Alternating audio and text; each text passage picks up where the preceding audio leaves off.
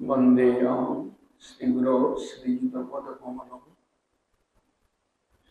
श्रीगुरुन् वैष्णवांश्च श्रीरूपं साग्रजातं सहगण रघुनाथान्वितं तं सजीवं साद्वैतं सावधूतं परिजनसहितं कृष्णचैतन्यदेवं श्री राधा कृष्ण पादं सहगण ललिता श्री सखा ज्ञानतिमिरान्धस्य ज्ञानाञ्जनशलाकया चक्षुन्मीलितं येन तस्मै श्रीगुरवे नमः। नामश्रेष्ठं मनुमपि सचिपुत्रमत्र स्वरूपं रूपं तस्याग्रजमुरुपुरीं माथुरीं गोष्ठवाटीं राधाकुण्डं गिरिवरमहो राधिका माधवासं प्राप्तो यस्य प्रथितकृपया श्रीगुरुं तं नतोऽस्मि। नमो महावदन्नाय कृष्ण प्रेम प्रदायते कृष्णाय कृष्ण चैतन्य नामने गौरसे श्रीमच्चैतन्य देव त्वं वंदे गौरांग सुंदरो सचिनंदन मां त्राहि जति चूड़ामणे प्रभो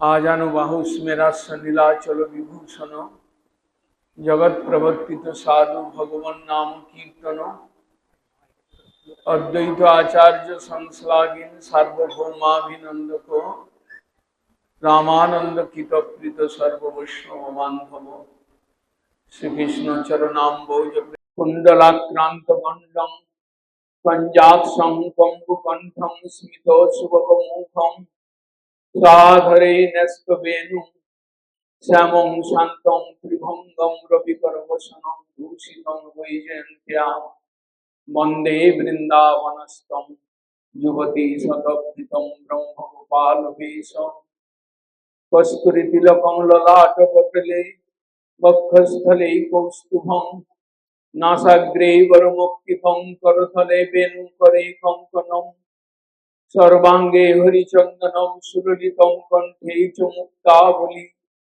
गोपस्त्री परिवेष्टित विजयते गोपालचूडामणि सजल जलदनीलं दर्शितो उदारशीलं करतलोद्धृतशैलं वेणुवाद्ये विशालं व्रजजनकुलपालं कामिनी केलिलोलं तरुण तुलसीमालं नौमी गोपाल बालम तप्त कांचन गौरांगी राधे वृंदावनेश्वरी वृषभानुसुते देवी प्रणमामि हरि प्रिये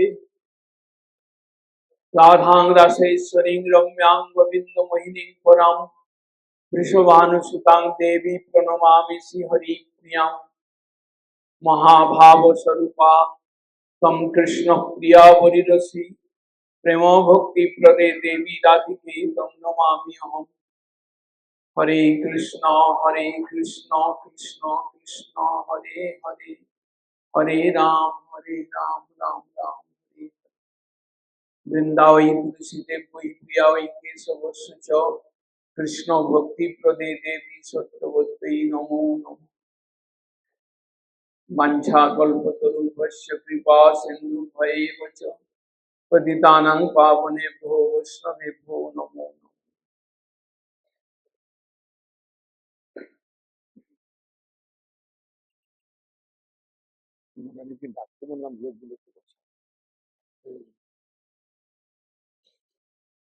आप लोग से प्रार्थना है जो पीछे बैठे खम्मा के पीछे थोड़ा सामने आ जाइए। आप लोग से प्रार्थना है।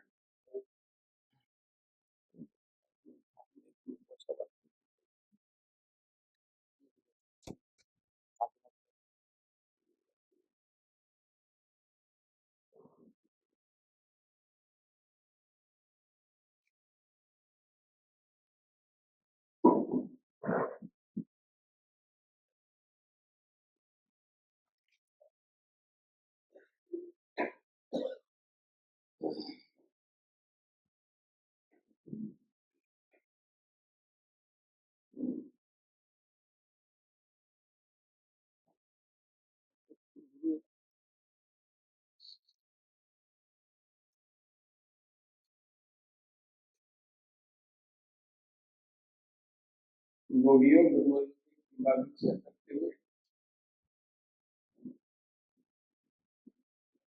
आज राधा जी का शुभ जन्मोत्सव के दिवस पर भागवत कथा का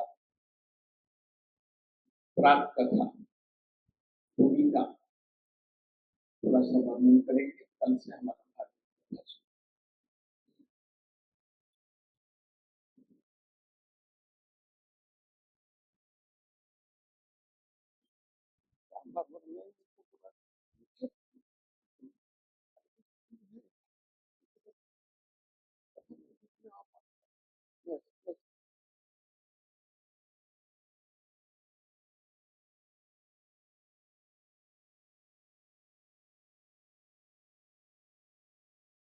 ग्रंथ परिचय।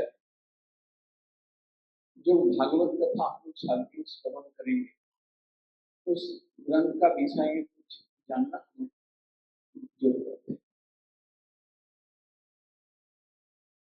ग्रंथ का विषय में थोड़ा सा परिचय हमें मिलना चाहिए। कलियुग के जीव है हम लोग का बुद्धि। हम जब भी समझते हैं कि हम लोग बड़ा बुद्धिमान है, लेकिन शास्त्रों में वर्णन है स्वल्पायु स्वल्प मेधा। कलियुग के जीव का मेधा बुद्धि कम। शास्त्र कहाँ से आ रहा है, क्या चीज है, शास्त्र का विशेषता क्या, उसमें उस विषय में भी थोड़ा ज्ञान देने का आवश्यकता है। श्रीमद् भागवतम 18,000 श्लोक संबंधित ये भागवत द्वादश स्कंदमय भागवत कैसे आया। हम लोग सभी लोग जानते हैं, हम लोग वैदिक भारत का वासी हैं। इस भारतवर्ष में वेद का प्रादुर्भाव हुआ शुरू में। सृष्टि के आदि में नारायण स्वयं ब्रह्मा जी को वेद वाणी उपदेश कर, क्योंकि भगवान को मालूम है, ब्रह्मा जी को मालूम है एक बहुत बड़ा सृष्टि रचना करेंगे, उसका कुछ नियम श्रृंखला, उसका कुछ कॉन्स्टिट्यूशन।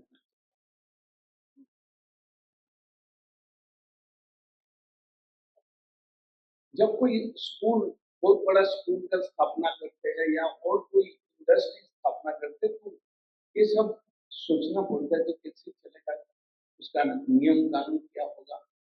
भगवान जब ब्रह्मा को सृष्टि करने का शक्ति दे रहे हैं, कुछ नहीं था, जलमग्न सब कुछ अंधेरा चारियों, एकदम आदि का बात।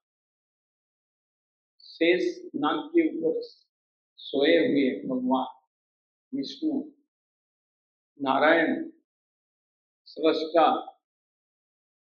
उन्होंने अपना नाभि कमल से सबसे पहले जो चीज सृष्टि किया उनका नाम है। और ब्रह्मा भगवान का ही गुणावतार के अंदर है, सृष्टि शक्ति का अवतार।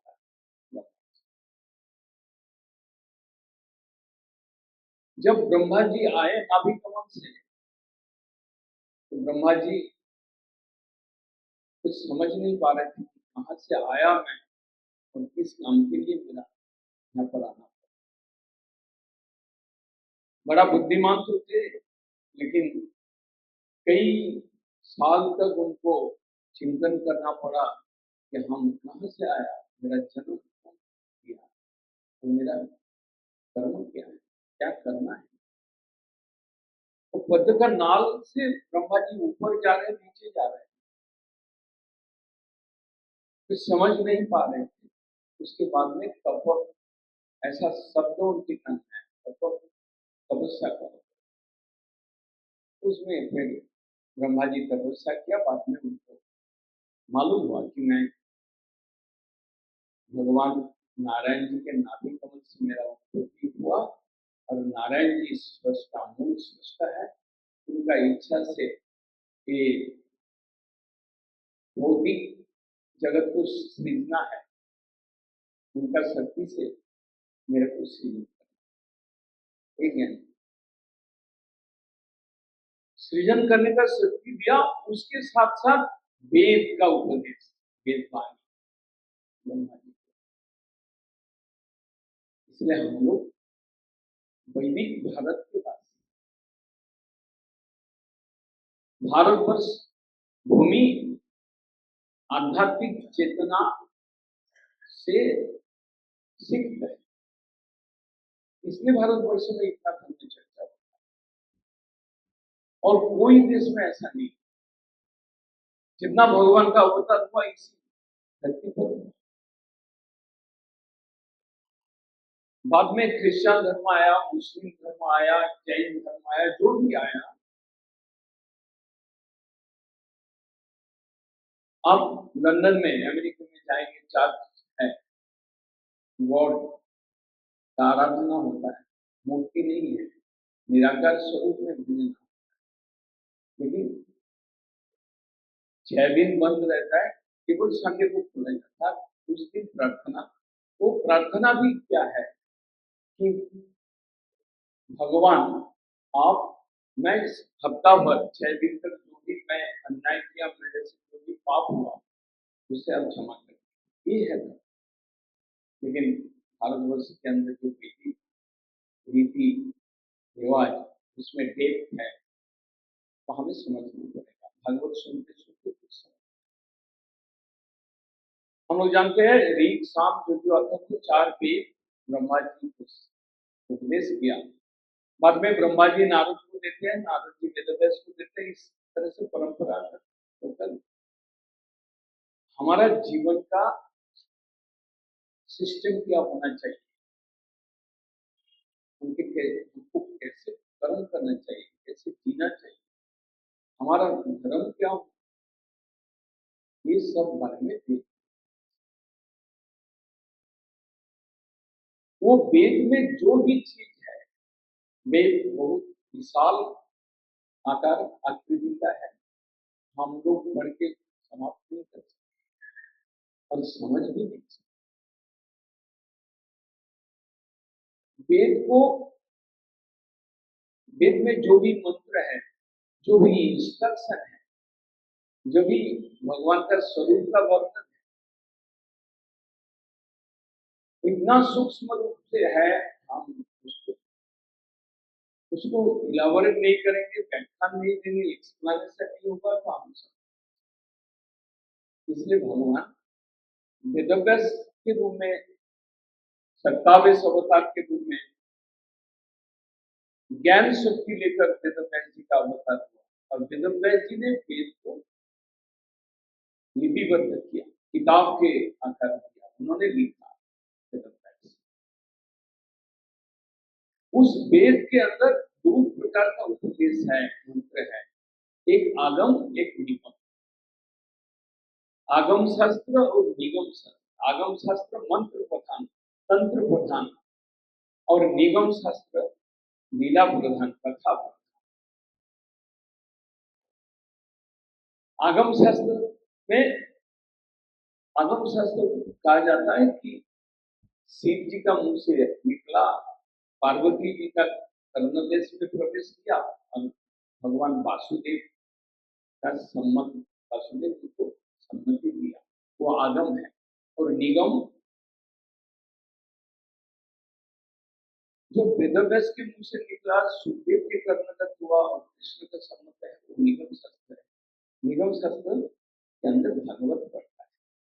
आगम शास्त्र में देवी शक्ति आराधना ये सब, और तंत्र मंत्र प्रधान है आगम शास्त्र।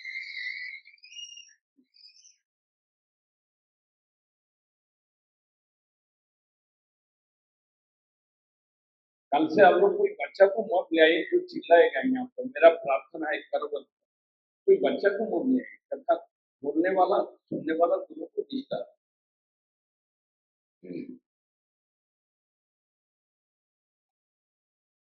आगम निगम वेद का 2 पार्ट, अलग अलग किताब नहीं है, वेद का कुछ हिस्सा में मंत्र तंत्र है, उसको निकलकर उसको निर्जास कर आगम शास्त्र आया।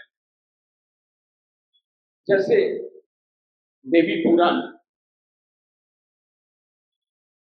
शिव पुराण, ये सब आगम शास्त्र के अंदर पड़ता है। और पंचरात्र एक शास्त्र है जो नारद जी ने लिखा, वो भी मंत्र प्रधान है। और जो निगम शास्त्र है,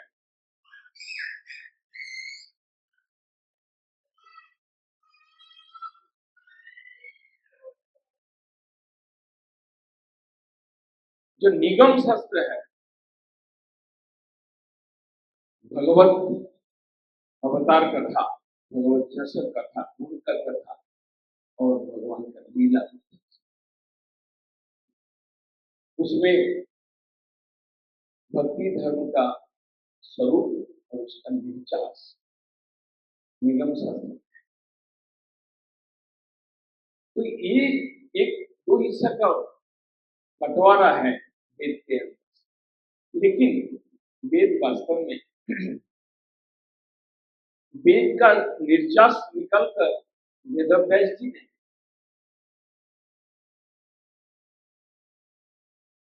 उसमें वेदांत शास्त्र रचा। वेद का अंतभाग, वेद के अंदर जो निराकार उपासना है, वो वेदांत शास्त्र के अंतर अलग थी। वेदांत के आगे जाकर थोड़ा सा कहानी जोड़कर सहज करने के लिए वेदांत से आया उपनिषद। उपनिषद का सूत्र है, उपनिषद का कुछ कहानी भी है। मनुष्य को समझाने के लिए वेद को इस तरह से विभाजन करना पड़ा, इस तरह से वेद का निर्जास को अलग अलग हिस्सा में बांटकर वेदव्यास जी ने कहा। हम जैसा कलिजुग के मनुष्य के लिए सहज करने का शुरुआत वेदव्यास किया, अंत तक आज तक भी गोस्वामियों ने, सिद्धर स्वामी आया और कितना उनको सहज करते गए आचार्य जन आए परंपरा के रूप में उसको सहज करते। आज तो धर्म का स्वरूप को बहुत ही सहज रूप दिया गया। वेद से आया वेदांत, वेदांत से आया उपनिषद, उपनिषद को और सहज करने के लिए पुराण सृष्टि हुआ। 18 पुराण, 18 उपपुराण, इस तरह से पुराण। उसके बाद आया इतिहास, जैसे महाभारत, इतिहास शास्त्र आया, महाभारत और सहज, लेकिन संस्कृत भाषा में लिखा। बाद में कोई कभी आया जो कि उसको हिंदी में ट्रांसलेट किया या और भाषा में। इतिहास, वेद, वेदांत, उपनिषद, पुराण, इतिहास रचना करने के पश्चात श्रीमद् भगवत गीता जो है वो इतिहास के अंदर है, महाभारत के एक हिस्सा है। तो ये सब पूरी बात को जानने से भागवत के ऊपर श्रद्धा ऑटोमेटिक आ जाए। हम लोग भगवत गीता को मानते हैं, पढ़ते हैं, गीता ज्ञान है, गीता जीवन का सहारा है। लेकिन गीता के सबसे अंत में ये भागवत सृष्टि हुआ। ये सृष्टि कथा कल हम भागवत का पहला स्कंद में इसका विवरण है। इस तरह से श्रीमद् भागवत सृष्टि हुआ।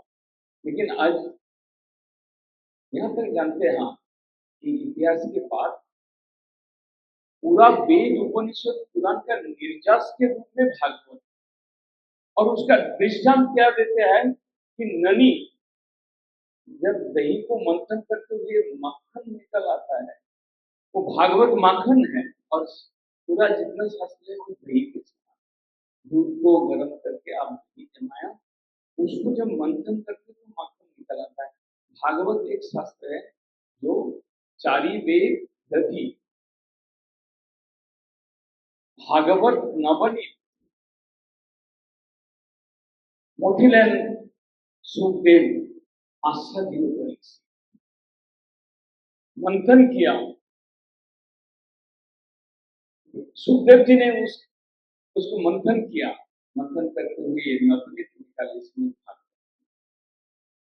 वेदव्यास तो भागवत का रचना किया, वेदव्यास को भागवत का ज्ञान नारद का कृपा से वेदव्यास को आया, लेकिन बाद में भागवत का वास्तव स्वरूप, भागवत का एक्सप्लेनेशन, भागवत समझने का जो सहज उपाय परीक्षित महाराज को सुखदेव गोस्वामी, एक ग्रंथ का परिचय। पुराण में ऐसा वर्णन है, तमादिदेवं पूर्णावतारं कमालवर्णं श्रीदावतारं संसार समुद्र सेतुं भजामहे भागवत स्वरूपम।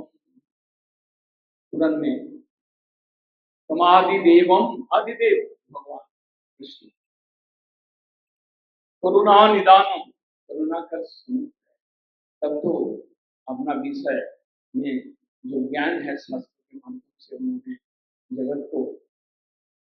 जगत में ले आया है के माध्यम से। करुणा निदान, कमाल वर्णम श्रीदावतार, भगवान का रूप है कमाल, श्रीदावतार, एक बंधु के रूप में, एक सखा के रूप में, एक हमारा कल्याणकारी तत्व के रूप में भगवान आए। श्रीदावतार भागवत संसार सिंधु समुद्र सेतु, संसार एक समुद्र है, भगवत समुद्र, उस संसार रूप समुद्र को पार होने के लिए भागवत एक सेतु है। पुल चाहिए नदी को इस पार से उस पार जाने के लिए, जैसा पुल का जरूरत है, समुद्र के इधर से उधर जाने के लिए पुल अभी तक मनुष्य सृष्टि नहीं कर पाए, क्योंकि समुद्र अंत ही है, फिर भी उनका अंत है। भगवान का नौ तुआ आदि अवसान,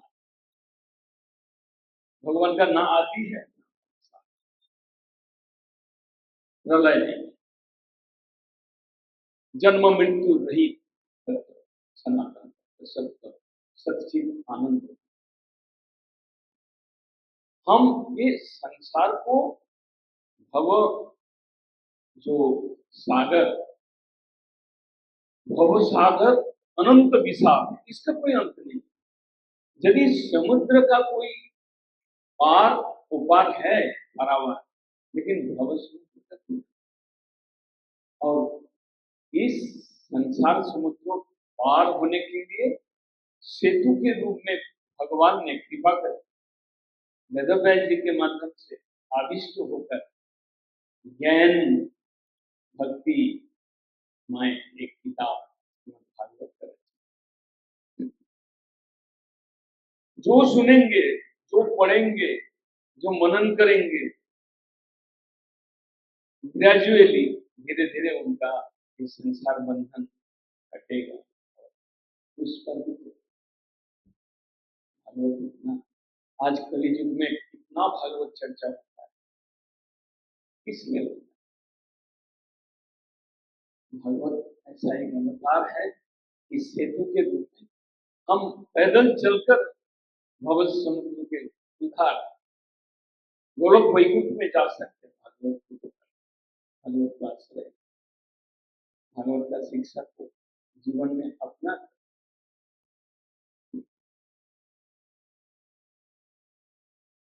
यह भागवत का परिचय।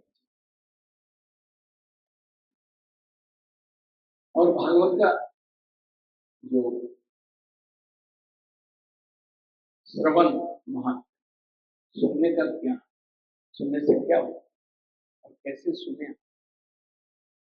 भागवत भागवत कृष्ण का ही एक शाब्दिक रूप है, कथा के रूप में भगवान। इसलिए भागवत में वर्णन है कि कृष्ण भगवान यदि खड़े हैं, उनका दोनों पैर पहला स्कंद और दूसरा स्कंद के बराबर, तीसरा और चौथा स्कंद उनका घुटना पूर्व उनका नाभिदेश पंचम स्कंद है, बक्षदेश षष्ठ स्कंद है, सप्तम और अष्टम दो बाहु है भगवान का, नवम कंठ देश है, दसम प्रफुल्लित बदन मुख कमल, और कपोल जो है वो 11 स्कंद और मस्तक जो है 12 स्कंद। ऐसा शास्त्र का मैंने वर्णन। कृष्ण ही मूर्ति मंत्र होकर भागवत के रूप में प्रकट हुए 18 स्कंदात्मक जो कथा रूपी भगवान, इसका श्रवण महत्ता। भागवत एक ग्रंथ है। हम लोग जब जैसे कि गौड़ीय संप्रदाय में भागवत कथा वाचक हम लोग भगवत भागवत सेवक, भागवत का सेवा करने के लिए साथी भागवत का कथा को वर्णन करना मेरा सेवा है। दास बनकर, ऊपर हमारा गुरु जी लोग हैं, उनका दास बनकर हमको उन सभी का परंपरा में जो हम सुने हैं कान से, उसी को आप लोग को वर्णन करते हुए ये सेवा करना है। भागवत सेव्य तत्व है। भागवत ज्ञानी होकर, पंडित होकर उसको आलोचना करके उसमें बाजा और संगीत का रस उसमें घुसा घुसा कर लोगों को बांटना और पैसा लेना, वो कम गौड़ीय संप्रदाय यदि सहज रूप से वर्णन। भागवत ना तो व्यवसाय करने का चीज है, भागवत ना तो पांडित्य से उसको व्याख्यान करने का और यश प्रतिष्ठा कमाने का कोई स्कोप है।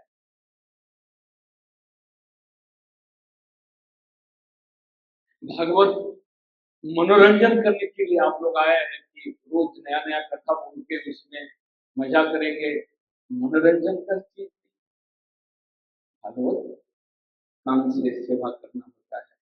इसलिए भागवत के अंदर बोला कि श्रवण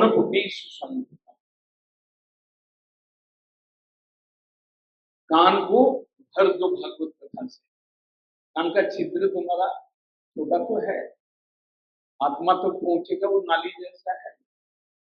सुनते सुनते श्रद्धा के साथ सुनते सुनते आत्मा तक करंट पहुंचाओ, आत्मा आत्मवृत्ति में जग जाओ और भगवान का भजन करके जीवन को सत्य बनाओ।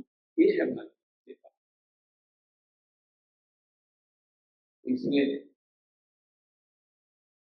अगर भगवत है कि यदि साथी समय देंगे निष्ठा के साथ, श्रद्धा के साथ, श्रवण कौन करेगा? भगवत श्रवण आपके, आपका हृदय में श्रद्धा होगा। आप कृष्ण राधा कृष्ण को मानते हैं, रोज आरती देखने आते हैं या घर में पूजा करते हैं, पूजा पाठ करते हैं, गीता पढ़ते हैं, कृष्ण के प्रति आपका श्रद्धा हो, विश्वास हो, प्रीति हो, तब आप भागवत कथा सेवन कर पाएंगे। फल का जूस जैसे दुकान में मिलता है, कितना गर्मी में कितना बर्फ देकर हम लोग पीते हैं, एकदम मस्त हो जाता है, बहुत अच्छा तृप्ति होता है, शक्ति भी मिलता है। भागवत कथा भाषा मय कथा पीवत भागवतम रसम आलय, मंगलाचरण में भागवत कथा रसम आलयम, रस का आलय है, रस फ्रूट का जूस। एक जब पान करना होता है, पान करने के लिए सुखदेव जी बोलते हैं परीक्षित तुम मेरे को कान दे दो, मुंह से पान नहीं करना है, कान से पान। भागवत कथा एक रस है और वो भी कान से पान करना होगा। जो श्रोता का जिज्ञता होना चाहिए। आप छटपटा रहे, कभी मन उधर भाग रहे, कभी इधर भाग रहे, ऐसा नहीं। सुखदेव जी जब कथा सुनाया परीक्षित महाराज को, परीक्षित तो पानी पीने के लिए नहीं गए, 24 घंटा इंटू 24 सुनते गए। एक समय नवा स्कंद का कथा में शेर दे रहे थे सुखदेव जी, और तब तक परीक्षित महाराज बोलते थे कि आप चलते रहिए, अभी कृष्ण कथा सुनने का बड़ा इच्छा हो रहा है, क्योंकि कृष्ण मेरा पितामह के दोस्त थे, बंधु थे, और इतना बड़ा महाभारत का लड़ाई हुआ, कृष्ण को पकड़कर महाभारत का युद्ध से वो लोग डर गए, जीत गए।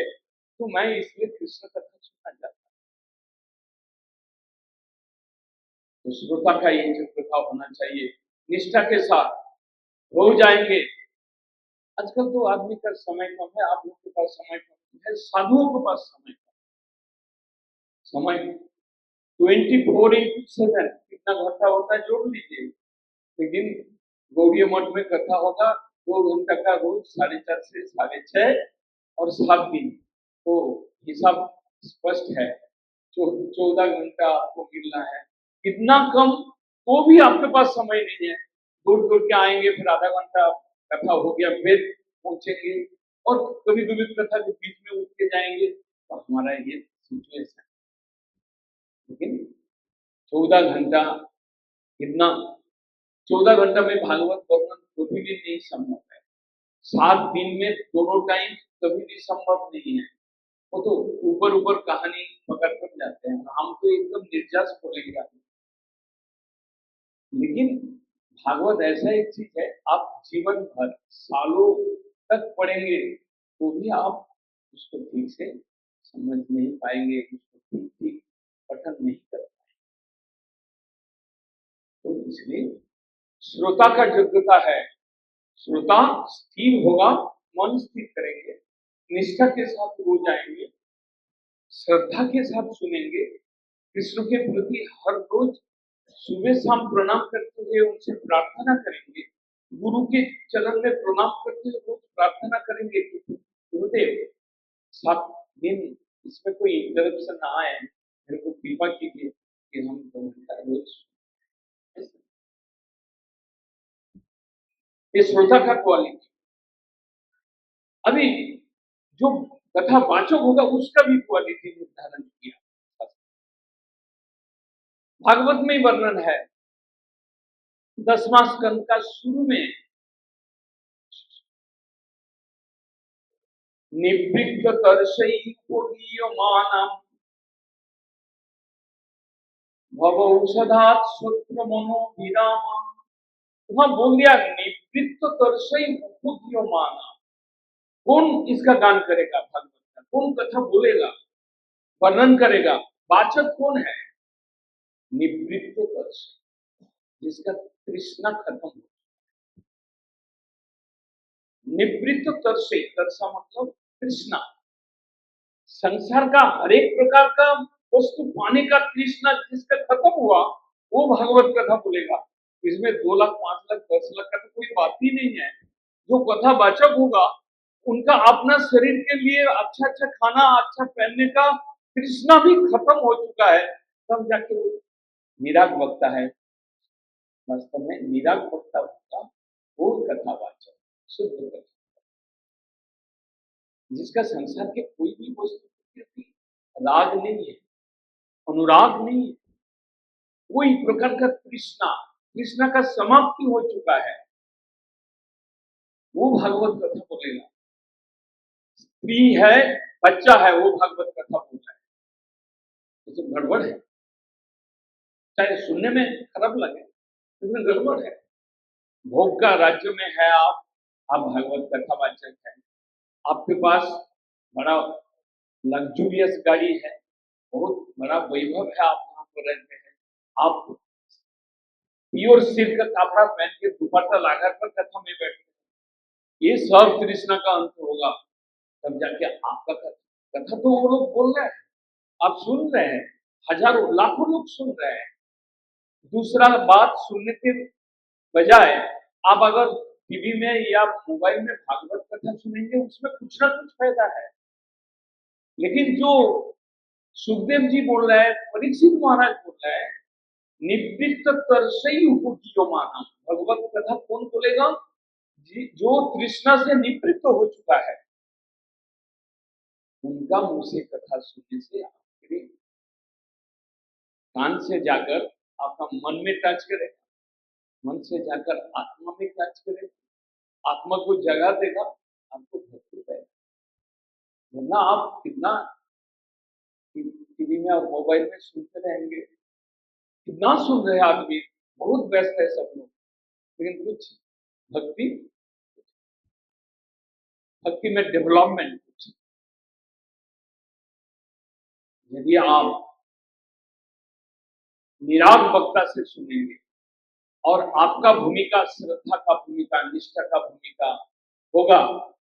परीक्षित महाराज क्या किया, 7 दिन में तो उनका परम गति प्राप्त कर लिया, 7 into 24 आवर्स किया। कैसा संभव हुआ? वो ऐसा श्रोता थे कि गुरु को भी रुकने नहीं दिया। उस समय बोला, जब भागवत का 10वां स्कंद शुरू होगा, उस समय परीक्षित महाराज बोल रहे कि गुरुदेव, आप कृष्ण कथा जल्दी शुरू कीजिए, विस्तृत रूप से बोलिए। मेरा जो मृत्यु आया, मेरा जो मुनि पुत्र मेरे को साप दिया, तो कारण क्या है? मैं कृष्णार्थ के पानी पीने के लिए ऋषि के आश्रम में गया था। वो ऋषि ध्यान मग्न होकर मेरे को पानी नहीं दिया, मैं क्रोधित हुआ और मैं मरा हुआ सांप को ऋषि के समीप ऋषि के गल में डाल दिया। तो तृष्णा, पियासा, वही मेरा क्रोध का कारण बना और वही मेरा मृत्यु का कारण हुआ।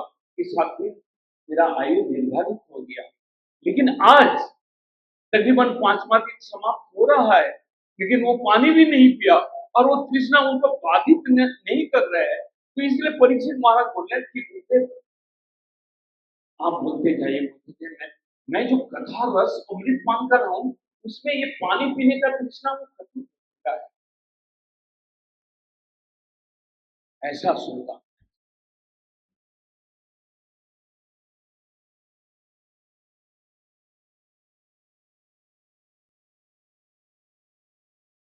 इसलिए भागवत सुनना एक सेवा है, भागवत कथा प्रवचन करना एक सेवा है। सेवा बुद्धि नहीं हो तो आपका प्रवचन देखा, अब थक गए।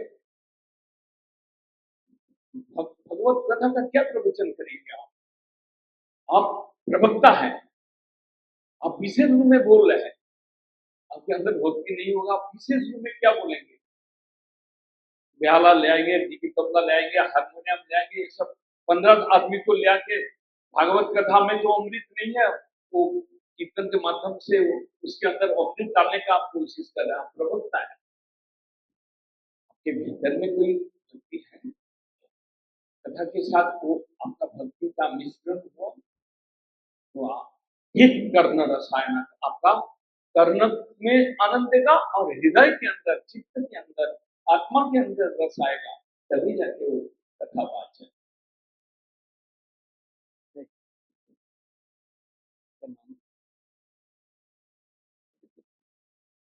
कीर्तन